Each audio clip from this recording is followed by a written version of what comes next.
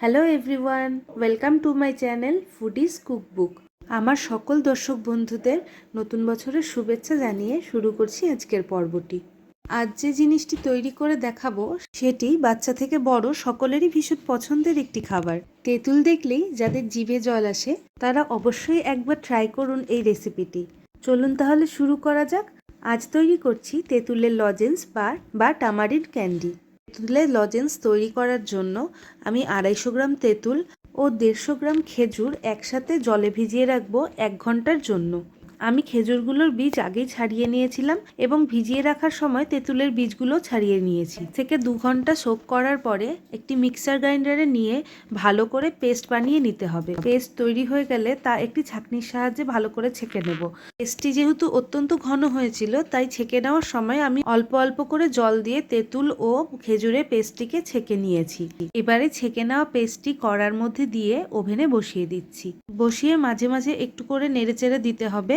এই সময় গ্যাসটি হাই ফ্লেমে রাখতে হবে। মিনিট 10 মতো নাড়াচাড়া করার পরে তেঁতুলের পেস্টটির ওপরে সাদা ফেনা ফেনা মতো হয়ে গেলে তাতে অ্যাড করব 150 গ্রাম চিনি। চিনি দিয়ে 1-2 বার নাড়িয়ে চাড়িয়ে নিয়ে তাতে অ্যাড করব কিছু মশলা। প্রথমে দিয়ে নেব হাফ চা চামচ বিট নুন, হাফ চা চামচ লাল লঙ্কা গুঁড়ো, হাফ চা চামচ চাট মশলা ও হাফ চা চামচ জিরে গুঁড়ো। সব মশলাগুলো দেওয়া হলে ভালো করে নাড়িয়ে চাড়িয়ে একবারে মিশিয়ে নেব। এরপরে গ্যাসের ফ্লেমটা লো করে ফুটতে দেব আরও 10 মিনিটের জন্য। খানিকক্ষণ ফোটার পর তেঁতুল ও খেজুরের কাজটি ধীরে ধীরে ঘন হয়ে আসবে। এ সময় কাজটির ওপরে হালকা হালকা ফেনা দেখা যাচ্ছে। এই ফেনাটি আমি খুন্তির সাহায্যে তুলে ফেলবো।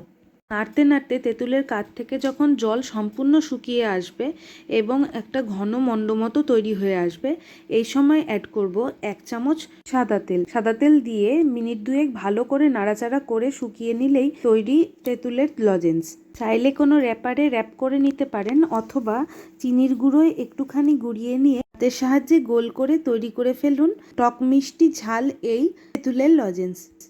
বাড়ির ছোট সদস্যরা তো বটেই, তবে বাড়িতে যদি কোনো অন্তঃসত্ত্বা মা বোনেরা থাকেন তাদেরও ভীষণই পছন্দ হবে এই তেঁতুলের টক মিষ্টি ঝাল লজেন্স।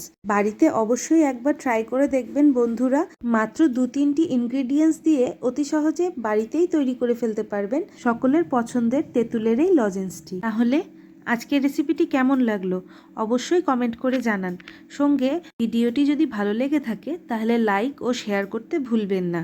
নতুন বন্ধুরা যারা আমার এই ভিডিওটি দেখছেন তারা অবশ্যই চ্যানেলটি সাবস্ক্রাইব করে আমার পাশে থাকুন। আর যারা অলরেডি সাবস্ক্রাইব করে রেখেছেন তাদেরকে আমার তরফ থেকে জানাই অসংখ্য ধন্যবাদ। এবছরে এটি আমার প্রথম ভিডিও, তাই আমার তরফ থেকে সকল বন্ধুকে হ্যাপি নিউ ইয়ার।